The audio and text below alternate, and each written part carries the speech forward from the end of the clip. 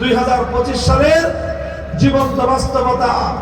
আল্লাহর কোরআনের এই আয়াতের এক একটা বিধান বাস্তবায়ন করার মধ্য দিয়ে আজ এই পৃথিবীতে ইমানদার মুসলমান মুমিনরা সারা পৃথিবীকে তাক লাগায় দিয়ে সারা দুনিয়ার সামনে কোরআনী শাসন ব্যবস্থার যেই জীবন্ত নজির উপস্থাপন করেছে, সেই নজির উপস্থাপিত হওয়ার পর এখনো যারা অন্ধকার যুগে বসবাস করেন তাদের চেয়ে বড় জাহেল আর মূর্খ মানুষ হতে পারে না।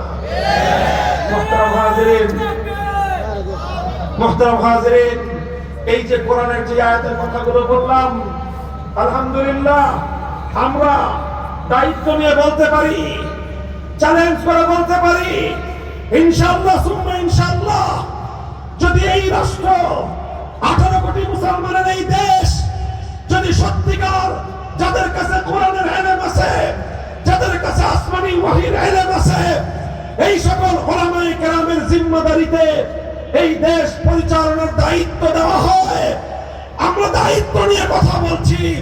5 বছরে বিগত 55 বছরের চেয়ে বেশি এই জাতির সামগ্রিক উন্নতি আমরা বিশ্ব দরবারে ঘটিয়ে দেখিয়ে দিতে পারবো ইনশাআল্লাহ।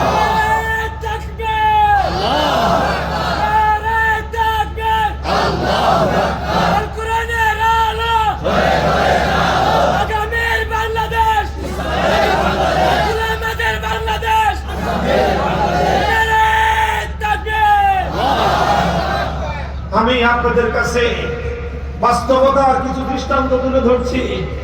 মুহতারাম হাজিরিন, অনেক মানুষ মনে করেন, আমাদের সাধারণ মানুষের মধ্যে এরকম একটা ধারণা, পাশ্চাত্য ইহুদি খ্রিস্টানরা দীর্ঘ ষড়যন্ত্রের মাধ্যমে সাধারণ মুসলমানদের মধ্যে একটা ধারণা প্রতিষ্ঠিত করে দিয়েছে, মন মগজে ঢুকিয়ে দিয়েছে। সেটা হলো হুজুররা, হুজুরদেরকে দিয়ে রাষ্ট্র পরিচালনা সম্ভব না। বলেন, এই কথাগুলি ভালো ভালো ইমানদাররাও মনে করে, নামাজিরাও মনে করে, হুজুররা পারবে না। হুজুররা ভালো মানুষ, কিন্তু হুজুররা দেশ চালাতে পারবে না, এরকম ধারণা আছে না? এই ধারণা একদিনে নয়, এক বছরে নয়, এক যুগে নয়, শতাব্দীর পর শতাব্দী পর্যন্ত পাশ্চাত্যের ইহুদি খ্রিস্টানরা সুকৌশলে ষড়যন্ত্রমূলক ভাবে মুসলমানদের ব্রেনের মধ্যে পুশ করে দিয়েছে। আর এভাবেই মুসলিম জাতিকে তাদের সর্বশ্রেষ্ঠ নেতৃত্ব আলেম সমাজ থেকে বিচ্ছিন্ন করে মুসলমানদেরকে আজকে ভেড়ার পালে পরিণত করে রেখেছে। মনে রেখো, একটা ভেড়ার পাল, একটা বকরির পাল যেরকম রাখাল ছাড়া তার নেকড়ের হাত থেকে রক্ষা পাওয়ার কোনো উপায় নাই। নেকড়ে ছিলেন, নেকড়ে নেকড়ে কারে কয়? নেকড়ে বলে কাকে? শিয়ালকে। আরে ভাই, শিয়ালের সাইজ কত বলেন তো? শিয়ালের সাইজ কি বাঘের মতো, ভাল্লুকের মতো? আরে কুত্তার মতো হতো না।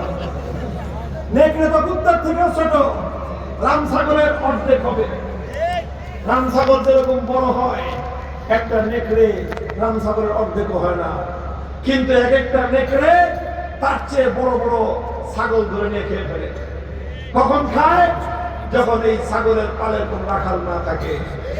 এই জন্য নেকড়েরা চিন্তা করে, ছাগলকে যে কোনো ভাবে রাখাল থেকে আলাদা করো।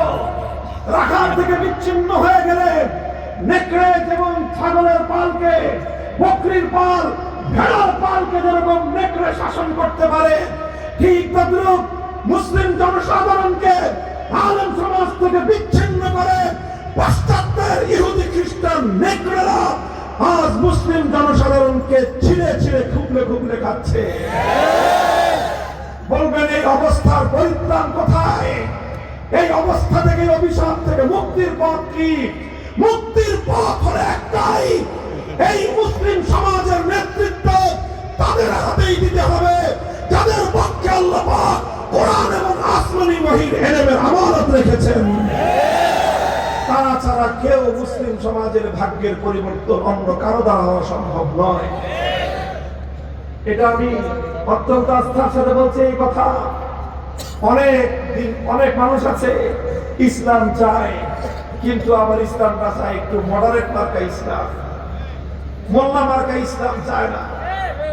যারা মোল্লা মার্কা ইসলাম চান না, মডারেট মার্কা ইসলাম চান, আপনাদের আন্তরিকতা নিয়ে প্রশ্ন তুললাম না, তবে আপনাদের বলদামি নিয়ে প্রশ্ন থেকেই যাবে। আপনাদের আন্তরিকতা নিয়ে প্রশ্ন নাই, কিন্তু বলদামি নিয়ে প্রশ্ন থাকবে। মডারেট ইসলাম দিয়ে সত্যিকার ইসলামের জৌলুস কোনদিন আনা সম্ভব নয়। ইসলামের জৌলুস আনতে হলে প্রকৃত খাঁটি পিওর ইসলাম, যেটা পাশ্চাত্যের গাত্রদাহের কারণ, সেই ইসলামের মাধ্যমেই দুনিয়াতে মুসলমানদের ইজ্জত এবং সম্মান প্রতিষ্ঠা হবে। মনে রাখেন, নাহনু কওমুন আ'আজ্জানাল্লাহু বিল ইসলাম, আমরা সেই জাতি, আল্লাহ আমাদেরকে দুনিয়াতে যখন বিজয় দিয়েছেন সত্যিকার ইসলামের মাধ্যমে দিয়েছেন, মডারেট ইসলামের মাধ্যমে আল্লাহ আমাদেরকে সম্মান দেন না। ভাই, এগুলো এক সময় শুধুমাত্র আমরা তাত্ত্বিক কথা বলতাম, তাত্ত্বিক থিওরিটিক্যালি কথা বলা লাগতো। 2025 সালে এসে এটা এখন আর কোনো থিওরি শুধু নয়, এটা শুধু তাত্ত্বিক কোনো কথা নয়। আজ এই পৃথিবীর 2025 সালে আজকের এই পৃথিবীর রিয়েলিটি, এটা বাস্তবতা। সারা দুনিয়াতে একটা মাত্র ভূখণ্ড, যেই ভূখণ্ডে 100 ভাগের মধ্যে 100 ভাগ আল্লাহ কোরআনের বিধান বাস্তবায়িত হয়েছে, সোনার মদিনার ইসলাম কায়েম হয়েছে, সেটা কায়েম করেছে একমাত্র উলামায়ে কেরাম। আলেম সমাজ। একটা রাষ্ট্র আছে এই পৃথিবীতে, আছে ওই মঙ্গল গ্রহ না, মঙ্গল গ্রহের কথা বলছি না, অন্য কোন গ্রহের কথা নাই। পৃথিবী নামক এই গ্রহের মধ্যে একটা দেশ আছে, বিশাল দেশ, 6.5 লক্ষ বর্গ কিলোমিটার ব্যাপী একটা দেশ, 4 কোটি তার পপুলেশন। সেই দেশে একটা সরকার আছে, সরকারের 30 জনের মতো মন্ত্রী, 28 জন দারুল উলুম দেওবন্দের সন্তান, 28 জন মৌলানা কওমি মাদ্রাসার আলেমরা, তারা সেই রাষ্ট্র চালায়, তারা সেই দেশ চালায়। সেই দেশের যিনি প্রধান, সেই দেশের যিনি প্রধান, তার উপাধি হলো আমিরুল মুমিনিন। এই পৃথিবীতে আসমানের নিচে জমিনের উপর একজন মাত্র মানুষ যিনি বুকে সাহস নিয়ে এই কথা বলেন, আনা আমিরুল মুমিনিন, আমি দুনিয়ার 250 কোটি মুসলমানদের দায়িত্বশীল। এই যে 250 কোটি মুসলমানের দায়িত্ব নেওয়ার মতো ক্ষমতা পৃথিবীর অনেক বড় বড় শিল্পপতি রাষ্ট্রের নাই, অনেক বিশাল সম্পদশালী রাষ্ট্রের নাই। অনেক বড় বড় পেট্রো ডলারের মালিক, বিশাল সম্পদের মালিক, প্রাকৃতিক সম্পদ, খনিজ সম্পদ, তেল সম্পদে ভরপুর রাষ্ট্র, বিশাল তাদের বিশাল ভূগোল, অনেক বড় দেশ, কিন্তু সেই দেশের প্রধানদের এই সাহস হয় না। সে নিজেকে পরিচয় দিলে আমিরুল মুমিনিন, আমি সারা দুনিয়ার সমস্ত মুমিনদের জিম্মাদার, এই কথা বলবার সাহস যদি পৃথিবীতে থেকে থাকে, মোল্লাদেরই আছে। তার নাম হলো মোল্লা হিবাতুল্লাহ আখুনজাদা হাফিজাহুল্লাহ, শাইখুল হাদিস তিনি। সেই জনপদের সবচেয়ে বড় বুজুর্গ তিনি।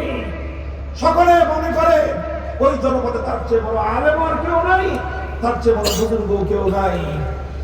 যে সবচেয়ে বড় আলেম হয়, যে সবচেয়ে বড় বুজুর্গ হয়, যুগের সে সবচেয়ে বড় সাহসীও হয়। মনে করেন এই মোল্লারা দেশ চালাইতেছে, অনেকে তো মনে করে যে মোল্লারা কিরকম দেশ চালায়। রাআইতু বিআইনাইয়া ওয়া শাহাদতু বিনাফসি, নিজে দেখে এসেছি সেই জনপদের শান্তির ব্যবস্থাপনা। সেই জনপদে 28 জন মোল্লা মন্ত্রী, তাদের অবস্থা দেখলে গৌরবে বুকটা ফুলে উঠে। আমাদের দেশে একটা মন্ত্রী ছিল, শুধু দেশের মধ্যে নয়, জাতিসংঘ সহ আন্তর্জাতিক পর্যায়ের খ্যাতিমান ব্যক্তি, আন্তর্জাতিক সংস্থায় বড় বড় চাকরি করে এসে বাংলাদেশে মন্ত্রণালয়ের দায়িত্ব পেয়েছিল। সাধারণ কোন মন্ত্রণালয় নয়, পররাষ্ট্র মন্ত্রণালয়। সেই পররাষ্ট্রমন্ত্রী আরেকটা দেশের প্রতি এতটাই নত জানো, বলতে বলতে বলতে বলতে শেষ পর্যন্ত বলে বসলো, তাদের সাথে আমাদের সম্পর্ক স্বামী স্ত্রীর মতো। স্ত্রী যেরকম সারা জীবন মাগনা মানে খেদমত সার্ভিস দেয়, আমরাও এরকম তাদেরকে বছরের পর বছর যুগের পর যুগ সার্ভিস দিচ্ছি, মাগনা ভাও, বিনিময় কি চাও?